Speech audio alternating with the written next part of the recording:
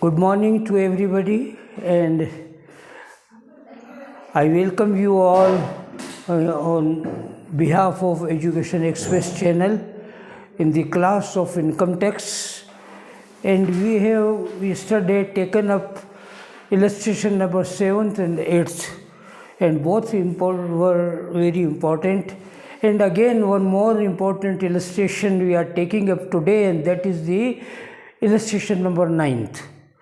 इसमें सारी जो अभी तक की प्रॉब्लम्स हैं वो सब इसमें इंक्लूडेड हैं। तो देखिएगा, आराम से समझिएगा इसको, किस तरह से कैलकुलेशन किए जाते हैं अदर सोर्सेज के।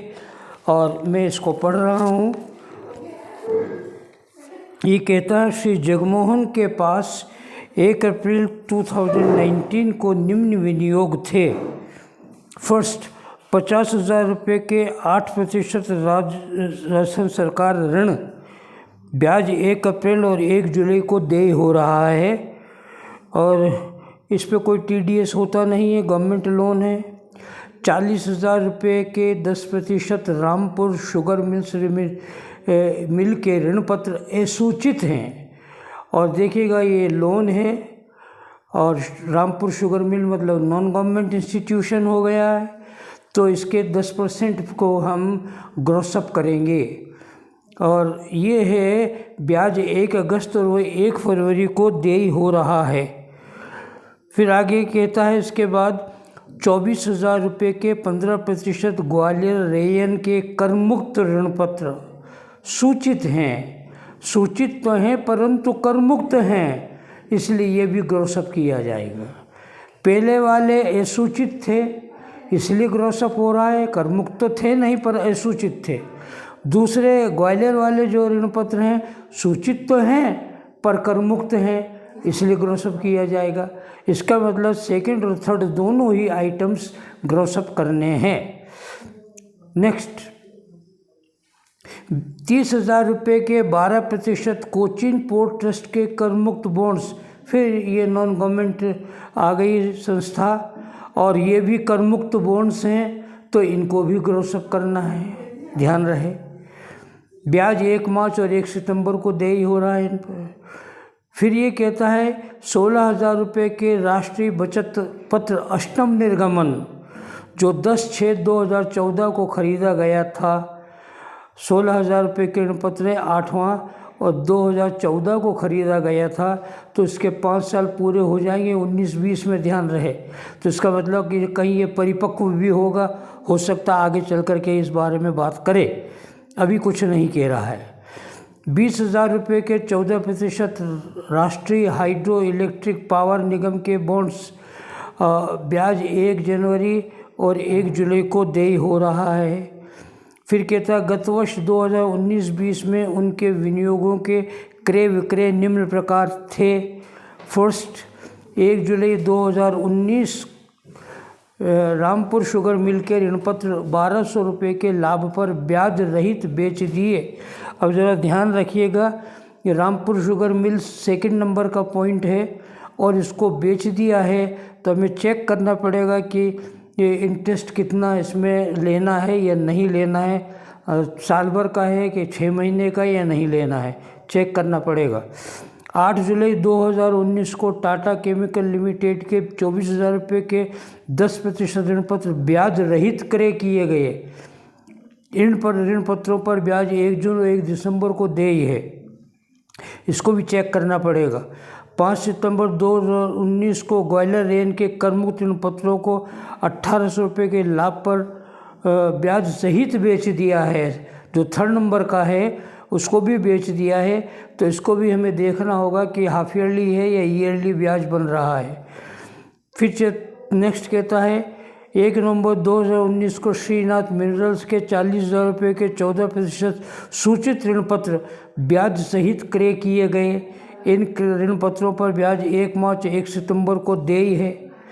फिर 15 जनवरी 2020 को कोचिन पोर्ट ट्रस्ट के आधे करमुक्त बॉन्ड्स, कोचिन पोर्ट ट्रस्ट है आपका चौथा पॉइंट, उसकी बात कर रहा है, जो इसको आधे बॉन्ड्स 2,000 रुपये के लाभ पर बेच दिए गए, तो चौथे पॉइंट में 30,000 रुपये के बॉन्ड्स है तो 30,000 में से 15,000 के बेचे हैं, ध्यान रहे।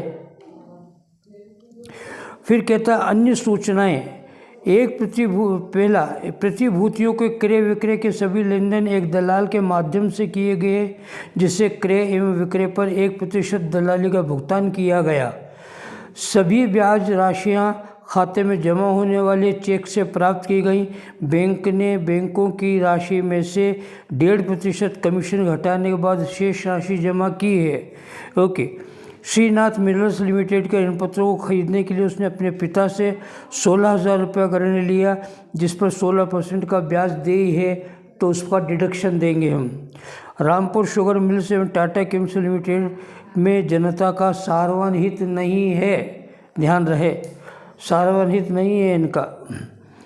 फिर उसके बाद कहता है कि national hydraulic power corporation limited के बॉन्ड्स उद्गम स्थान पर कटौती न करने के लिए अधिसूचित हैं, इन पर TDS नहीं होगा। National hydro electric power corporation वाले जो हैं, छठा पॉइंट है ऊपर, उसकी बात कर रहा 20,000 वालों की। फिर कहता है उन्हें 10/6/2019 को राष्ट्रीय बचत पत्र अष्टम निर्गमन की परिपक्वता पर 24,259 रुपये प्राप्त हुए।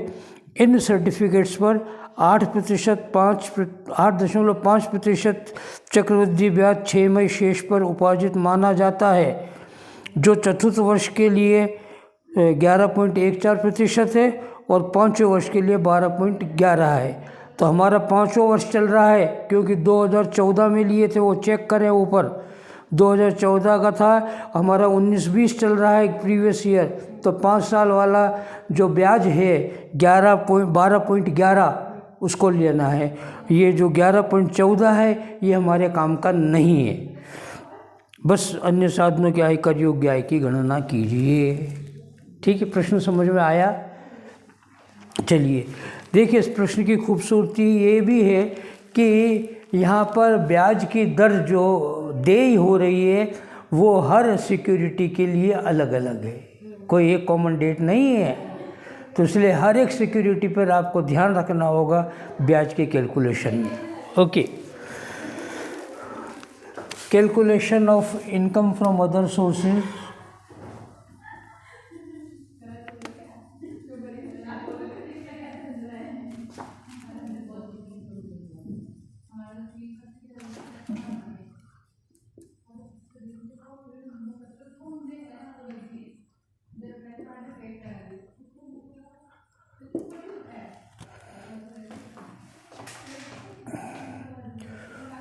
बैंक कलेक्शन भी आ रहा तो 2 कॉलम बना ले, एक नेट अमाउंट का, एक ग्रॉस अमाउंट का।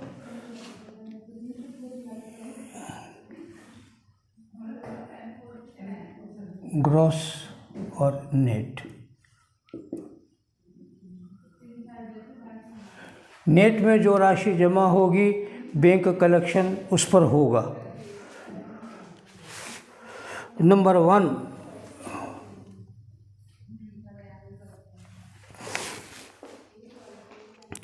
50,000 रुपये के 8% राजस्थान सरकार के ऋण, इनका कहीं खरीदने बेचने का जिक्र नहीं है, तो सीधे लिख लें 8% राजस्थान गवर्नमेंट लोन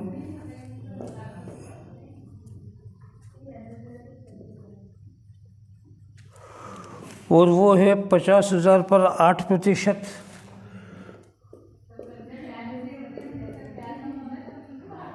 ₹4,000 TDS नहीं होता, ग्रॉस और नेट एक जैसा ही अमाउंट होगा, अलग अलग फर्क नहीं होगा। नेक्स्ट, ये कहता है 10% रामपुर शुगर मिल्स के ऋण पत्र, 10% Rampur sugar mill debentures. Okay, 40,000 रुपये पर 10% की दर से। अब जरा देखिएगा कि ब्याज 1 अगस्त और 1 फरवरी को देय हो रहा है। और नीचे इसने कहा है 4th पॉइंट में अन्य सूचनाओं में, नहीं सॉरी, पहले सेकंड पैराग्राफ में देखें, 1 जुलाई 2019 को first point Rampur sugar mill के ऋण पत्र 1200 रुपये के लाभ पर ब्याज रहित बेच दिए गए, तो इनको ब्याज रहित बेच दिया गया है। ठीक है, अब ब्याज रहित बेच दिया गया है तो इसने बेचा है ऋण पत्रों को 1 जुलाई को, ध्यान रहे। अब देखिएगा, ये सेल्स 1/7/19 को बेचा, ठीक है। और ड्यू डेट ऑफ इंटरेस्ट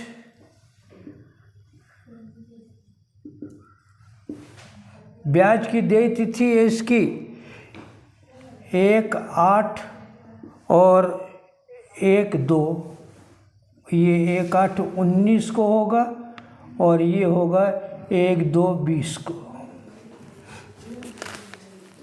ब्याज ड्यू हो रहा। और हमारे पास ये थे और सेल कर दिया था 1/7/19 को। ब्याज की ड्यू डेट हो रही है 1 अगस्त, तो उससे 1 महीने पहले ही सेल कर दिया हमने। बात समझ में आ गई।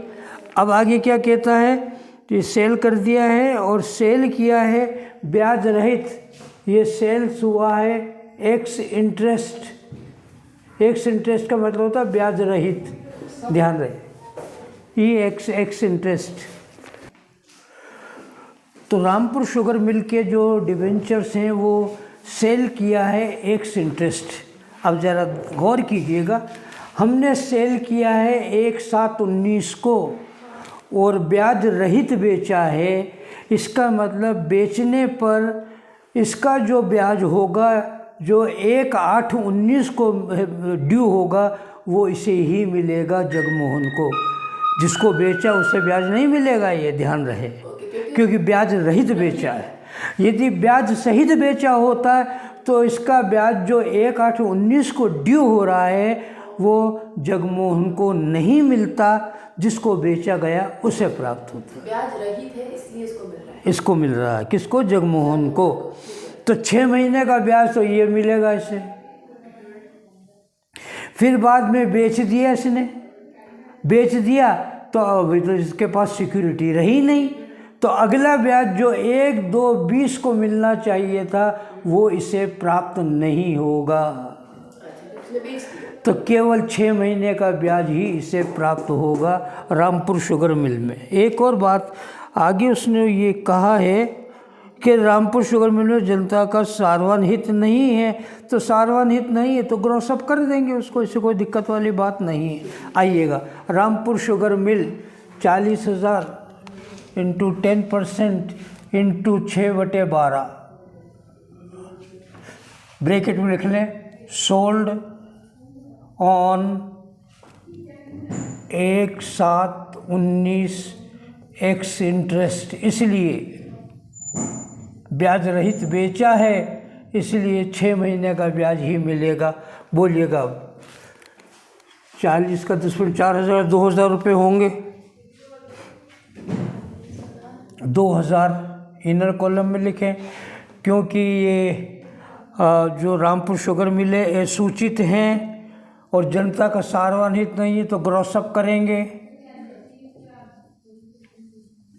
2,000 इंटू 100/90 तो 1,800 हो गया।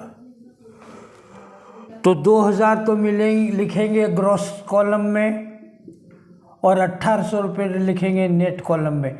नेट बैंक में जमा 1,800 रुपये होगा, 200 रुपये TDS काटने के बाद जमा करेगा। बस समझ में आ गई। बैंक कमीशन नेट वाले कॉलम से होगा। नेक्स्ट 3rd पॉइंट क्या कहता है ये? 24,000 रुपये 15% ग्वालियर रेन के कर मुक्त ऋण पत्र टैक्स फ्री है, तो ग्रॉसअप होगा, ध्यान रहे। 15% ग्वालियर रेन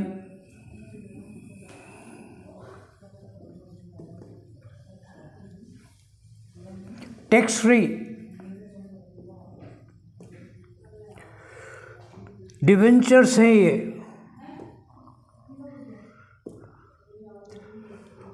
तो 24,000 इंटू 15%। अब इसका भी चेक कर लें क्या कहता है। इसने बताया है नेक्स्ट पैराग्राफ में थर्ड पॉइंट, 5 सितंबर 2019 को ग्वालियर रेयन के कर्मचारी ऋण पत्रों को 18,000 रुपये के लाभ पर ब्याज सहित बेच दिया। अब लाभ पर बेचा या हानि पर बेचा इससे हमारा कोई मतलब नहीं, कितने में बेचा इससे हमारा कोई संबंध नहीं है, हमें तो केवल ब्याज से मतलब है। अब देखिएगा इसमें सेकंड वाला ग्वालियर वाला कैलकुलेशन वर्किंग नोट में, ये इसने सेल किया है, सेल से 5 सितंबर को 5/9/2019 को बेचा। और ये जो सेल किया है, ये सेल किया है ब्याज सहित, कम इंटरेस्ट कहते हैं ब्याज सहित को, ब्याज सहित बेचा है। ड्यू डेट है इसकी, due date of interest, due date interest की है ग्वालियर रेयन के 1 मार्च और 1 सितंबर।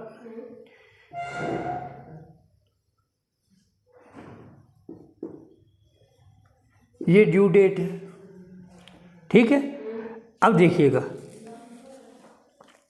ये बेचा है 5 सितंबर को, ब्याज ड्यू हो गया था 1 मार्च को, तो 1 मार्च को ये स्वामी था इसका, तो ब्याज इसको मिलेगा 6 महीने का।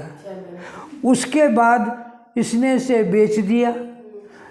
बेचा कब इसने?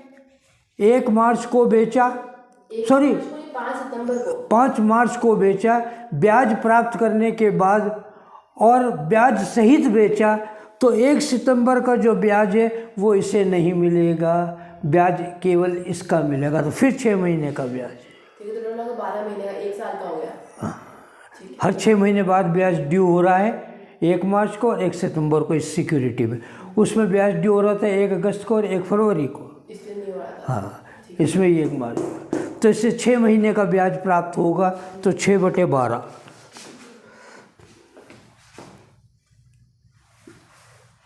बोलिए 24,000 का 15% इंटू 6/12, 3,600 और इंटू 3,600, 3,600 इंटू 1/2 आधा 6 महीने का, 6/12 12 कर दिया ना आपने, सिर्फ ऊपर कर दिया। हाँ, ऊपर 6/12 कर दिया, तो 1,800 रुपये टोटल मिला। 1,800 रुपये हुआ। ग्रॉस अप करें,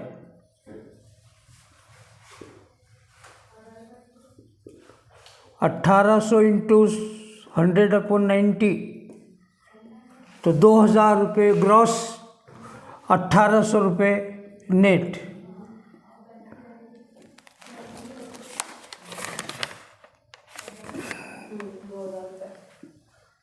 ठीक है, आइएगा 4th पॉइंट पर बात कर रहे हैं।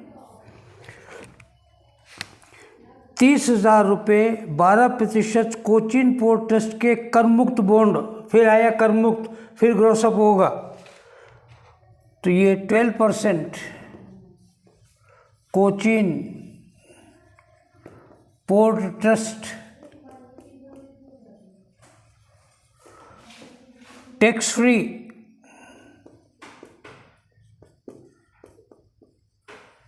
बॉन्ड्स,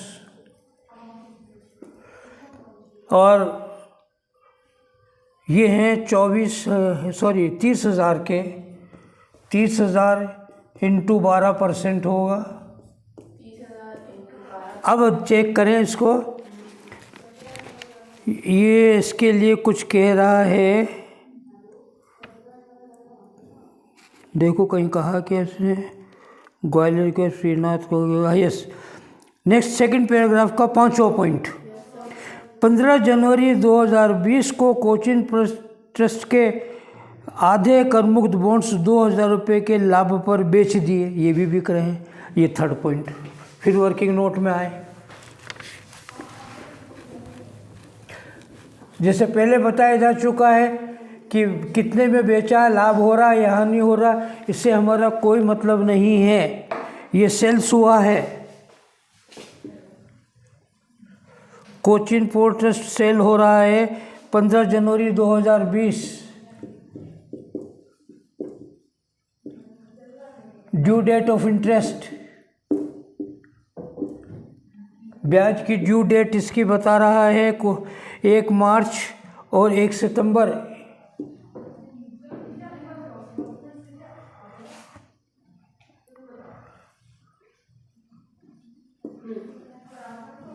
इसमें भी सेम सर। 1 मिनट। अब ये कहता है कि इसने आधा बेचा है, तो 30,000 का आधा, 30,000 इंटू आधा 15,000, 15,000 को बेचा है। और बेचा क्या, ब्याज सहित है ब्याज रहित, ये चेक करें। ऋण पत्र केवल लाभ पर ब्याज रहित, तो सेल से ये एक्स इंटरेस्ट। अब देखिएगा, 15/1 को बेचा है, उसके बाद ब्याज ड्यू हो रहा है 1 मार्च को बेचने के बाद। क्योंकि ब्याज रहित बेचा तो 1 मार्च का ब्याज प्राप्त होगा। ठीक है, 15 जनवरी को बेच दिया है तो 1 मार्च को प्राप्त होगा, परंतु उसके बाद का प्राप्त नहीं होगा। तो लो 15,000 पर क्या परसेंट है इसका, 12%। बोलो, इंटू 6/12। एक मिनट रुके। 15,000 रुपये के सब थोड़ी बेच रहा है सर। तो 30,000 में से 15,000 बेच रहा है ना सर। ओ 30,000 का आधा 15 कर, ठीक ठीक, हाँ। तो 1800 डिवाइड बाय 6, 900 रुपये सर। हैं 900 रुपये। 900, हाँ सर। 900 रुपये ये हो गया, ठीक है। Yes sir. परंतु आधे बेचे और आधे नहीं बेचे हैं इसने, तो फिर 30,000 का ये पहला पार्ट, ये दूसरा पार्ट। फिर 30,000 का 1/2, तो 15,000 इंटू 12% इंटू 1/2।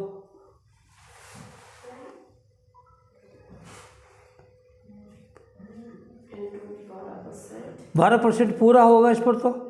12% पूरा, तो हाँ। 1800 रुपये। कितना, 1800। 1800। कुल कितना हो गया, प्लस 900। 2700। Yes sir. 1 मिनट थोड़ा सा देखो, 30,000 के हैं bonds. Rampur sugar mill, sorry ये है कोचिन पोर्ट ट्रस्ट के बॉन्ड। 30,000 के 1 मार्च और 1 सितंबर को ड्यू हो रहा है ब्याज, और इसने बेचा है, सेल किया है। कोचिन पोर्ट ट्रस्ट के आधे करमुक्त बॉन्ड्स 2,000 रुपये के लाभ पर बेच दिए हैं, तो 30,000 रुपये का आधा तो उसने बेच दिया है 15 जनवरी को, तो उस पर ब्याज हो गया पूरा। 15 जनवरी को बेचा, आधे बेच दिए, अब बच गए आधे 15,000, तो 15,000 पर 12% ब्याज हो गया।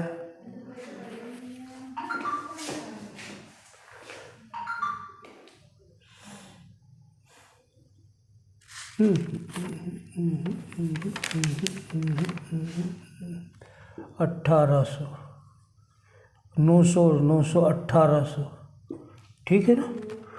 हाँ, टैक्स फ्री बॉन्ड्स है 1800। 15,000 का लेना 12% कितना बनता है 1800 हैं? 1800 15,000। सॉरी 30,000 का 30,000 का 12% 3,600। 3,600 ठीक है। 15,000। हाँ ठीक ठीक। अब देखिएगा इसको इस तरह से,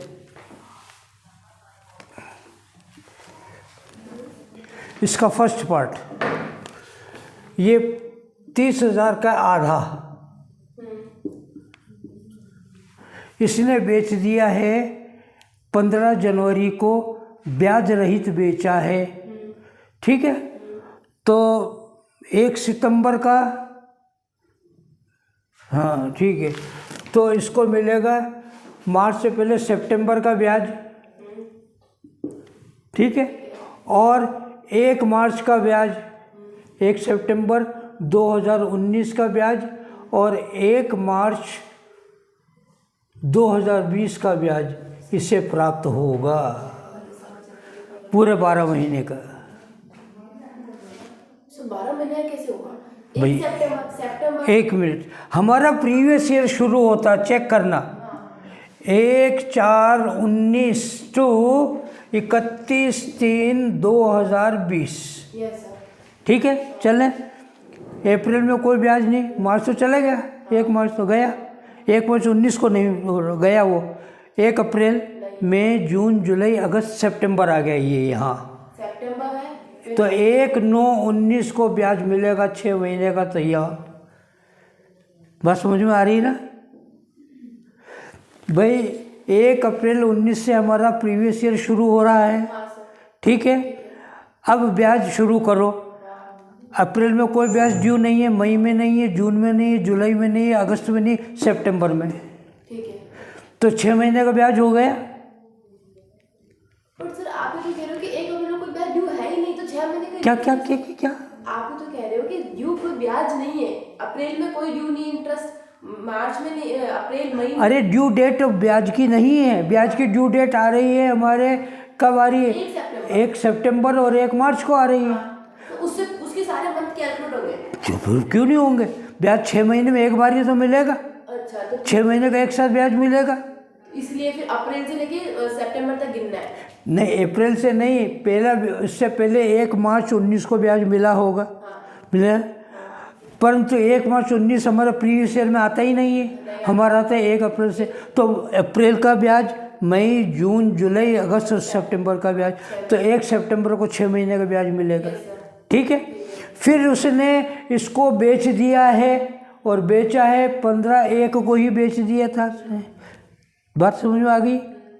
15/1/2020 को बेचा, तो 15/1/2020 को बेचा, तो उसके बाद का ब्याज जो है, क्योंकि एक्स इंटरेस्ट ये ट्रांजैक्शन था, तो इसका मतलब ये 15 जनवरी के बाद ब्याज ये यहाँ पर बिका, ठीक है। जब यहाँ पर बिका है 15 जनवरी 20 को बिका, ये 19 चल रहा है अभी, सितंबर, अक्टूबर, नवंबर, दिसंबर ख़त्म हो गया 19। अब जनवरी, फरवरी, जनवरी को बेच दिया यहाँ पर, परंतु ब्याज रहित बेचा, तो ब्याज इसके पास रह गया, वो सिक्योरिटी को बेचा, फिर 6 महीने का ब्याज यहाँ मिलेगा। तो इस सिक्योरिटी पर, इसका मतलब है आधे पर पूरा 12 महीने का ब्याज, तो 15,000 इंटू 12%, ये ना 12% इंटू 12 मंथ्स पूरा हो जाएगा, तो 1800 तो ये मिलेगा। फिर आधी बच गई, फिर 15,000 पर जो बिके नहीं है उस पर भी 12%, पूरे 12 महीने का ब्याज मिलेगा 1800, कुल 3600 ब्याज मिलेगा इससे।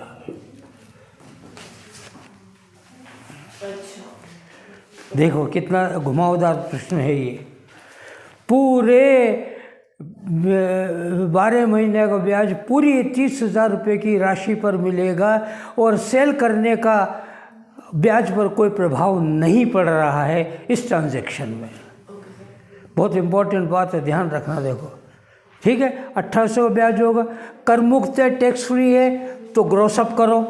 अब यहाँ पे इस तरह से लिख लो, पहला 12%, इसमें 15,000 इंटू 12% 1800, फिर 15,000 इंटू 12% फिर 1800, कुल हुआ 3600, 3600 को ग्रोसअप करो 100/90, ये ग्रोसअप है, तो 4000 रुपये का हो गया। तो ग्रॉस अमाउंट तो हुआ 4000 और नेट अमाउंट जमा होगा 3600 रुपये। ये देखिएगा, बड़ी खूबसूरत बात की इस प्रश्न में। ओके सर, अभी अपनी थर्ड वाला क्वेश्चन, अभी फोर्थ की चल रही है मुझे पता है, पर थर्ड वाले की बात कर रही हूँ मैं सर। जो ग्वालियर वाला क्वेश्चन है, इसमें नेट अमाउंट 2000 रुपये कैसे आया? 2000 कैसे आया? तो 1800 रुपये चाहिए ना सर। ये ना ग्रॉस में कर रखा है ना इसको, 1800 कर रहा हूँ 2000, ये लिखा नहीं क्या आपने? ये लिखा हुआ ना।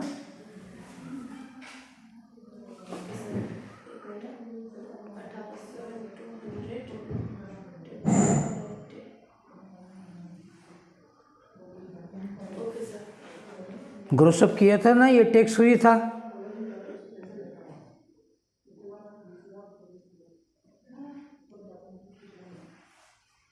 ठीक है सर। ठीक है, ओके। आइएगा नेक्स्ट 5th पॉइंट पर बात कर रहे हैं हम। 5th पॉइंट में क्या कहता है ये?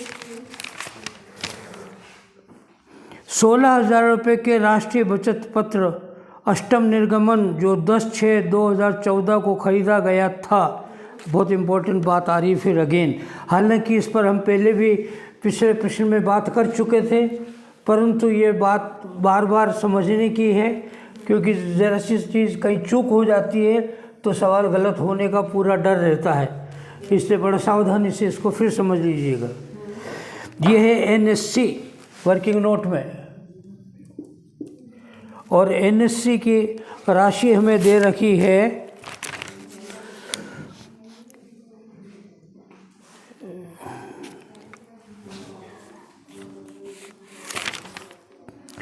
NSC की राशि इसने बता रखी है 16,000 का।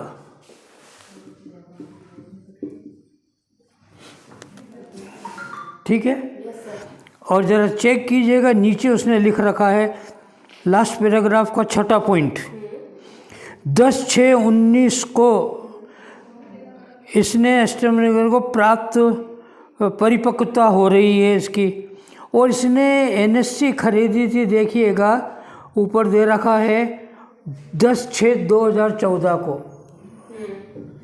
परचेज, 10/6/2014 को, और मैच्योर हो रही है, परिपक्व हो रही है, मैच्योरिटी, और ये दे रखी लास्ट पैराग्राफ में देखिएगा 10/6/2019, 10/6/2019, 19 और 14 का अंतर ये हो गया 4-5 ईयर्स। ये है 2019 माइनस 2014, हो गए 5 साल। तो 5 साल का ब्याज interest 4-5 years at the rate of, उसकी रेट चेक कीजिएगा 5 साल वाली कितने की दर है उसकी, 12.11 पाँचवें वर्ष के लिए चेक करो, 12.11% ये ब्याज है। तो ब्याज हुआ 16,000 इंटू 12.11%। बोलिए सर 1937.6 1937.6, इसको हम लिखेंगे 1938, यस सर। ये ब्याज हो गया। ठीक है, अब ज़रा ध्यान दीजिएगा कि जब मैच्योर हो गई ये NSC तो उसको पैसा कितना मिल रहा है।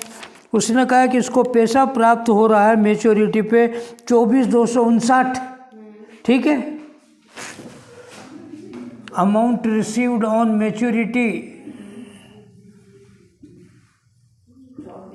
ऑन मैच्योरिटी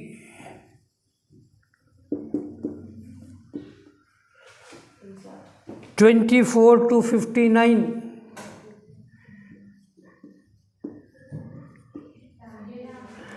इतना पैसा मिला। परंतु उसमें से 16,000 रुपये तो इसके खुद के थे, तो ब्याज कितना मिला? लेस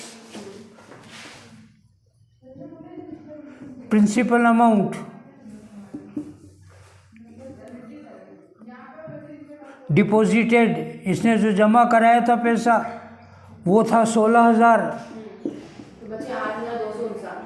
तो बाकी बचा 8,259, ये टोटल ब्याज हुआ।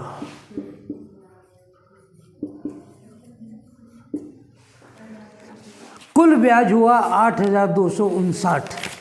परंतु जैसा पहले आपको बताया है कि एनएससी में पहली बात, दो बातें बताई खास तौर से। पहली बात कि ब्याज चक्रवृद्धि होता है, बताया था। ब्याज हर 6 महीने बाद मिलेगा, आपको प्राप्त नहीं होगा, खाते में जमा होता रहेगा। फिर वो ब्याज पर ब्याज लगातार मिलता रहेगा 5 सालों तक, और अंत में ब्याज सहित सारी राशि है वो आपको प्राप्त हो जाएगी मैच्योरिटी पर। एक बात ये ध्यान रखनी है कि एनएससी में जब भी ब्याज ड्यू होगा हर 6 महीने बाद, एक्रूड होगा, तो इनकम टैक्स हर साल लगता रहेगा। ब्याज पर तो टैक्स आपको हर साल देना है, ये नहीं कि ब्याज आज प्राप्त हो रहा है मैच्योरिटी पे तो आज उस पर इनकम टैक्स लग रहा है, नहीं। हर साल 6-6 महीने का जो ब्याज इकट्ठा हुआ है उस पर टैक्स आपको देना पड़ता है। तो इनकम टैक्स तो ब्याज पर लगता रहा है, तो अब जब कुल ब्याज प्राप्त हो रहा तो इनकम टैक्स नहीं लगेगा। बात समझ में आ रही है? क्योंकि जैसे ही एक्रूड हुआ था तो ब्याज पर टैक्स लग चुका था। इसीलिए अब जब आज मैच्योरिटी पर ब्याज प्राप्त हो रहा है तो टैक्स दोबारा नहीं लगेगा। बात समझ में आ गई? जब दोबारा नहीं लगेगा तो केवल 8,259 रुपये जो होंगे वही बैंक में जमा होंगे, जिस पर बैंक कमीशन लेगा। हालांकि जमा तो 24,000 कितना था ये जमा होगा, परंतु 24,000 में 16,000 तो आपके खुद के हैं ना, वो ब्याज के थोड़ी हैं, वो तो आपके खुद के हैं। तो कुल जमा ये हुआ ब्याज, तो 8,259 रुपये लिखेंगे नेट में, बैंक कमीशन इस पे लेगा। ये देखो ध्यान रखिए ना, गलती ये इन पे होती है, जहाँ जहाँ पे वर्किंग नोट बता रहा हूँ वो गलती की इस जगह है। एनएससी नेट में लिखें 8,259, परंतु इस साल का ब्याज जो है वो होगा 1,938। इनकम ये होगी आपको 1,938। बात समझ में आ गई? 16,000 का 12% इंटरेस्ट है, वो इनकम है। हाँ, वो इनकम। और जो इंटरेस्ट जो अपन को मिला है वो 8,259 है। हाँ, ये नकद प्राप्त हुआ है, ये ब्याज है जिस पर टैक्स अभी तक नहीं लगा था, लगा, बाकी वैसा हर साल लगता रहा है, इसलिए उस पर टैक्स नहीं लगेगा। बात समझ में आ गई? अब आइएगा नेक्स्ट क्या कहता है। 6th पॉइंट पर बात कर रहे हैं। 20,000 रुपये 14% hydro electric power Nigam limited के बॉन्ड्स 14%,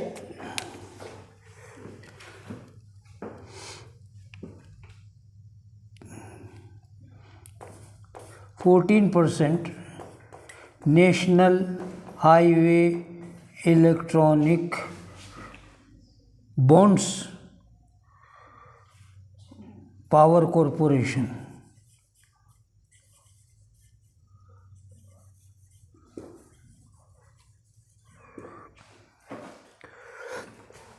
अमाउंट चेक करें इसका। और नेशनल हाइड्रो इलेक्ट्रिक पावर्स का जो है वो है 20,000 इंटू 14%,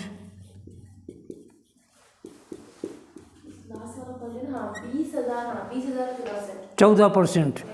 और ज़रा नीचे देखिएगा 5th पॉइंट लास्ट पैराग्राफ में, इन बॉन्ड्स के उद्गम स्थान पर कर के कटौती न करने के लिए अधिसूचित है, इस पर टीडीएस नहीं लेना है। तो जो 20,000 इंटू 14 2,800 रुपये ग्रॉस में होंगे और 2800 रुपये ही नेट में होंगे। TDS नहीं कर सकते हैं आप इस पर, मना किया इसने।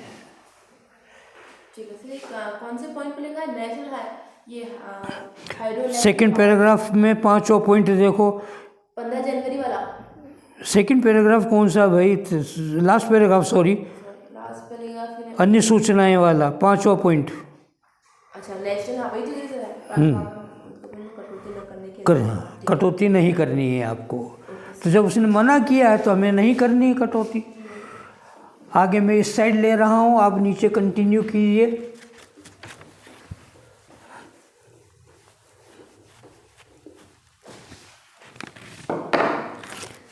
सातवां पॉइंट,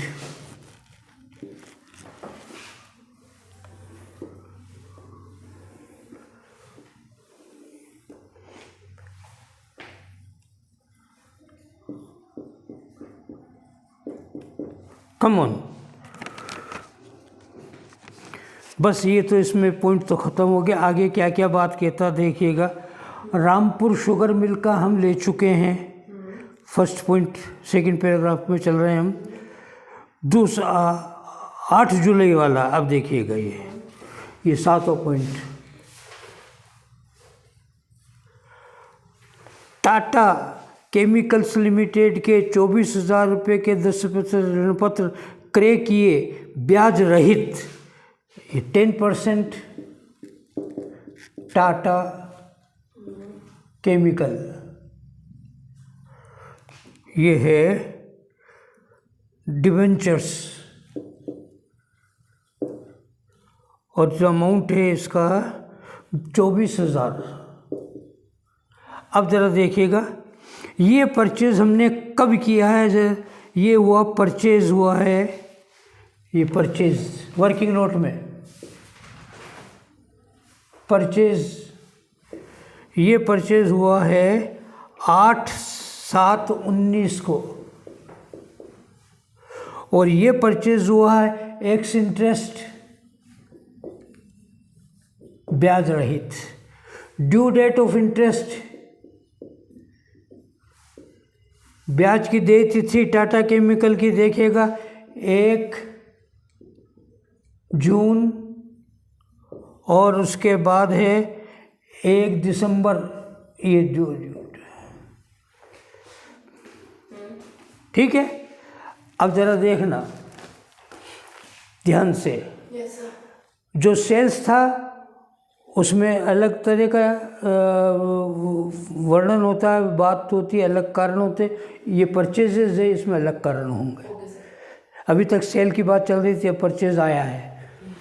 8/7/19 को खरीदा, ब्याज की ड्यू डेट थी 1 जून 19 और 1 दिसंबर 19, ठीक है।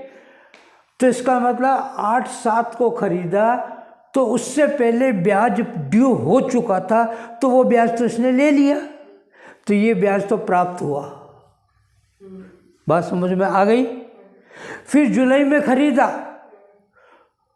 जुलाई में खरीदा तो अगला ब्याज मिलेगा 1 दिसंबर को, ठीक है, 1 दिसंबर को मिलेगा, परंतु वो ब्याज मिलने का ड्यू तो होगा, परंतु उसे प्राप्त नहीं होगा, क्योंकि उसने खरीदा ब्याज रहित। ब्याज मिलेगा नहीं, ब्याज उसी को मिलेगा जिसने बेचा है। बात समझ में आ गई। इसको ब्याज रहित होगा, तो इसका मतलब है कि हमें टाटा केमिकल के डिबेंचर्स पर कैलकुलेशन करें। 24,000 कितना था, हाँ 24,000 का 10%, 24,000 इंटू 10% इंटू 6/12, बोलिए 1200 रुपये सर। 1200 रुपये तो ये आते हैं।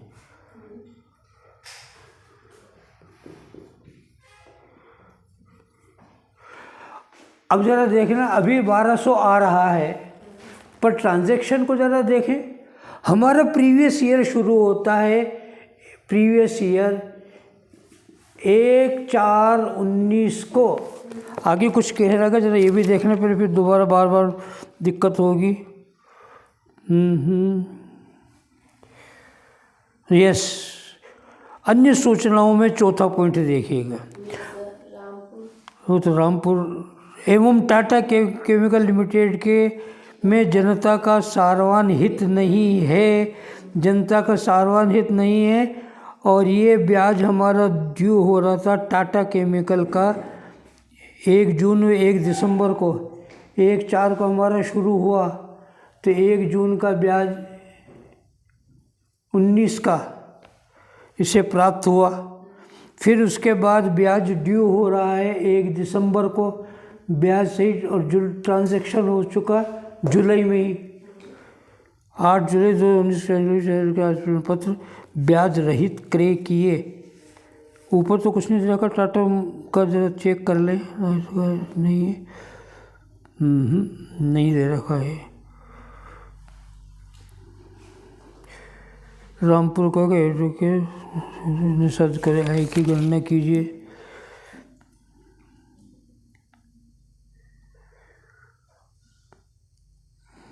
नहीं, इसका फिर ये ब्याज तो इसे मिलेगा नहीं। 1/4/19 को शुरू हुआ, 1 जून ब्याज की ड्यू डेट है, 1 जून व 1 दिसंबर को देई है, 8 जुलाई को, 8 जुलाई 19 को। यस यस, देखिएगा 8 जुलाई 19 को इसने क्रय किया, सेल नहीं, ये क्रय है। मिला? हाँ सर, रहित क्रय किए। 8 जुलाई को क्रय किया, ये देखिएगा। उससे पहले 1 जून को उसको ब्याज ड्यू हुआ था, पर ब्याज 1 जून को इसे प्राप्त नहीं हो सकता टाटा केमिकल को का, क्योंकि सिक्योरिटी थी कहाँ, सिक्योरिटी तो 8 जुलाई को आई इसके पास। अच्छा, ये देखिए, तो 1 जून 19 को इसको ब्याज प्राप्त हो ही नहीं सकता, क्योंकि सिक्योरिटी इसके पास थी ही नहीं। इसके पास सिक्योरिटी आई है 8 जुलाई को आई है सिक्योरिटी। अब जब 8 जुलाई को सिक्योरिटी आई है, तो उसके बाद ब्याज कब मिल रहा है? दिसंबर में ड्यू हो रहा है, और दिसंबर में ड्यू हो रहा, तो पर तो सौदा ही इसने एक्स इंटरेस्ट किया, ब्याज रहित किया, तो ये भी ब्याज नहीं मिलेगा। इसका मतलब हुआ नो इंटरेस्ट। देखिएगा, वो जैसे पहले घुमा करके बात की थी, ये फिर इसमें वही बात आ रही है। तो कुल मिलाकर के टाटा केमिकल्स के ब्याज नहीं होगा, यहाँ लिखेंगे no interest as debentures purchased on 8/7/19 ex interest, और ये हो जाएगा नील। पहले में किसका आया था शायद वो? हाँ सर, दूसरे में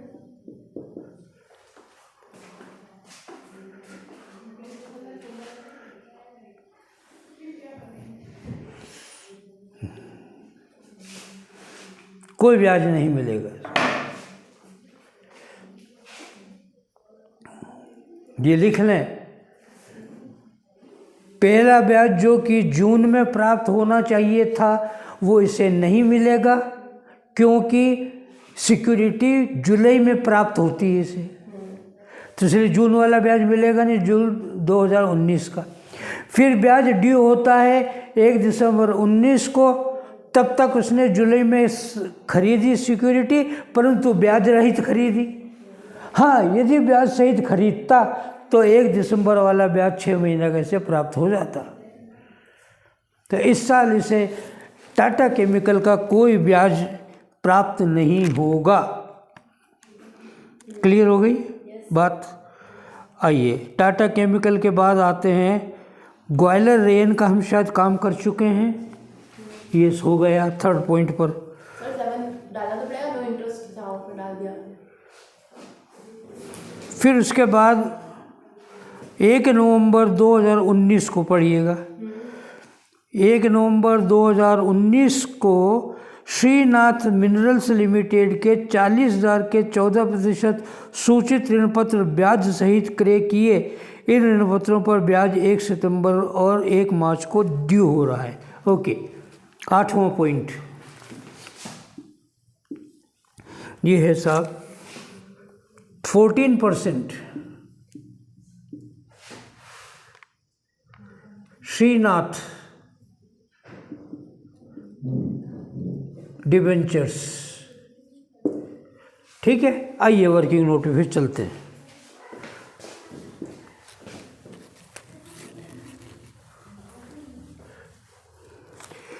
वर्किंग नोट के लिए ज़रा देखें, श्रीनाथ के ऋण पर ब्याज से क्रय किए, परचेज, और ये परचेज है साहब 40,000 रुपये के एट द रेट ऑफ 14%, और ये ट्रांजैक्शन हुआ कम इंटरेस्ट ब्याज सहित।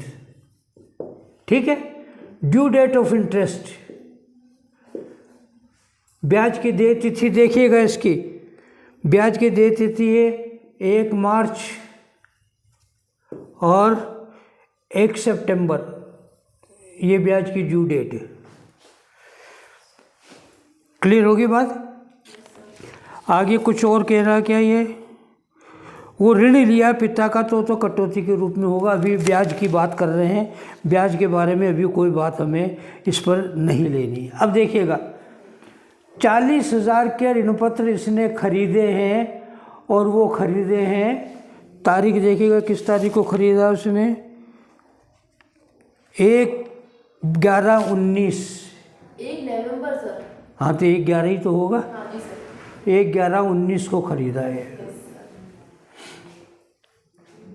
तो 11 को खरीदा तो 1 मार्च 19 का ब्याज मिलेगा नहीं। अच्छा, 5 महीने नहीं हो पूरे। 1 मार्च 19 को थी नहीं सिक्योरिटी, इसके पास कहाँ थी। सितंबर में 19 को भी ब्याज नहीं मिलेगा, नहीं मिलेगा, क्योंकि सिक्योरिटी ये 1/11 को। अब ये ब्याज नहीं मिलेगा, ये ब्याज नहीं मिलेगा, अब ब्याज मिलेगा इसको 1 मार्च 2020 को, पूरे 6 महीने का, 6 मंथ्स। ये देखिए हमेशा ब्याज 6 महीने का ही होगा, ध्यान रखना, महीने 2 महीने का ब्याज नहीं होता इसमें। पूरे 6 महीने का ब्याज श्रीनाथ को मिलेगा, Shrinath debentures. Okay, 40,000 into 14%, sir 5,600 रुपये। 5,600, 40,000 इंटू 14%, 5,600 इंटू 6/12, 6 महीने का 2,800। कर मुक्त नहीं है ये, तो ग्रॉस में भी 2,800 और नेट में भी 2,800। और चेक कर लें कोई रह गया क्या। श्रीनाथ का हो गया, रामपुर शुगर मिल का, नेशनल हाइड्रो इलेक्ट्रिक हो गया, एड्स इशू हो गया। कम ऑन टोटल कीजिएगा दोनों कॉलम का अलग अलग। अभी डिडक्शन भी देना पूरा नहीं हुआ सवाल, ध्यान रखिएगा। Gross total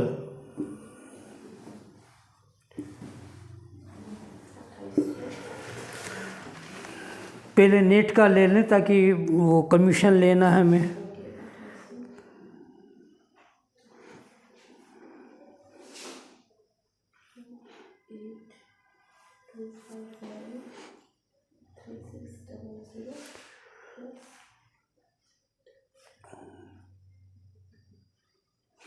sir 21,059। 21,059। ये 25 बोल रहा है, 4,000 का कौन सा अंतर रह गया भाई। सॉरी सर, वो ऊपर वाला 4 वाला नहीं जोड़ा नहीं।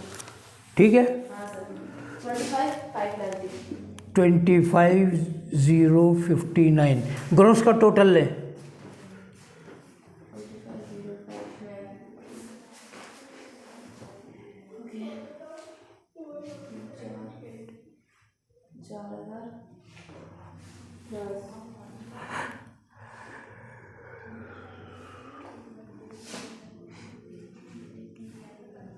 1938 plus 2800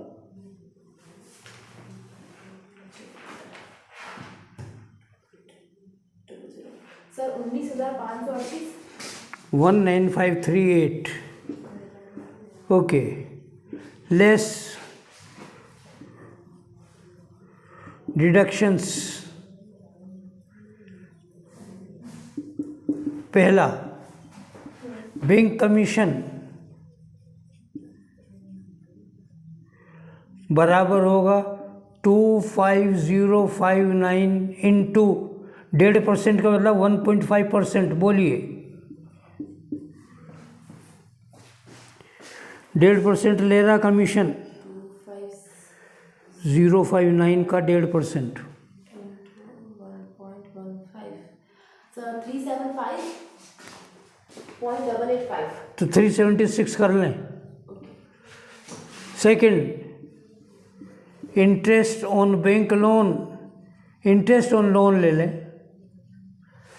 अब देखिएगा, इसने अपने पिता से ऋण लिया था सिक्योरिटी को खरीदने के लिए। चेक करें अन्य सूचना में third point, Shrinath minerals limited के ऋण पत्रों को खरीदने के लिए उसने अपने पिता से 16,000 रुपये का ऋण लिया। अब देखो वर्किंग नोट में इंटरेस्ट ऑन लोन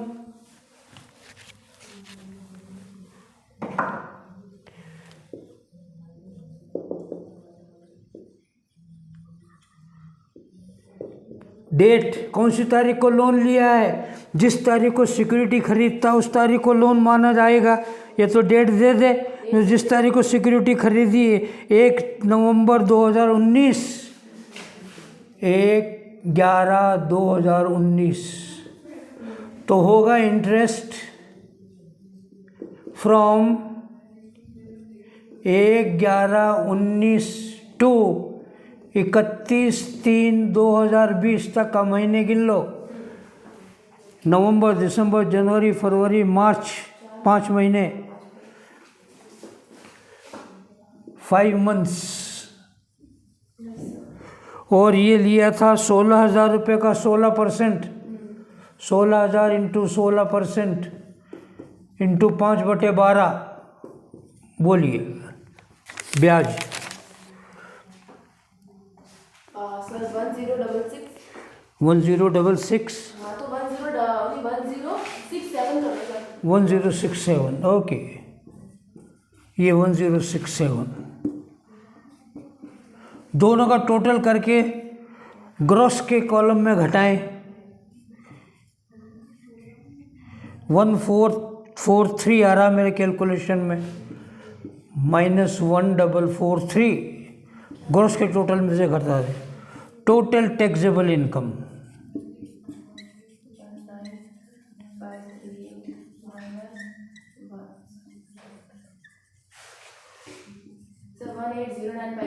18,095, 18,095 रुपये। यही आपका उत्तर होगा। देखिएगा, इस तरह के प्रश्न में इंटरेस्ट ऑन सिक्योरिटीज़ पे जितनी अधिक तरह की वेराइटीज़ हो सकती हैं कठिन, वो करीब करीब सभी इसमें आ रही हैं, करीब करीब। तो ये प्रश्न ये है, इससे पहले वाला प्रश्न था, ये दोनों बड़े इम्पोर्टेंट प्रश्न हैं इस दृष्टि से कि इस टॉपिक के से संबंधित इंटरेस्ट ऑन सिक्योरिटीज़ पर अलग अलग वेराइटीज़ की कई प्रॉब्लम्स सॉल्व हो रही हैं। मैं समझता हूँ कि शायद आपको ये सारी चीज़ें समझ में आ गई हैं, और इसके साथ ही आज हम इनकम टैक्स की बातें पूरी करते हैं। कल फिर बात करेंगे अगली और किसी वेराइटी पर। So I wish you good luck and thank you.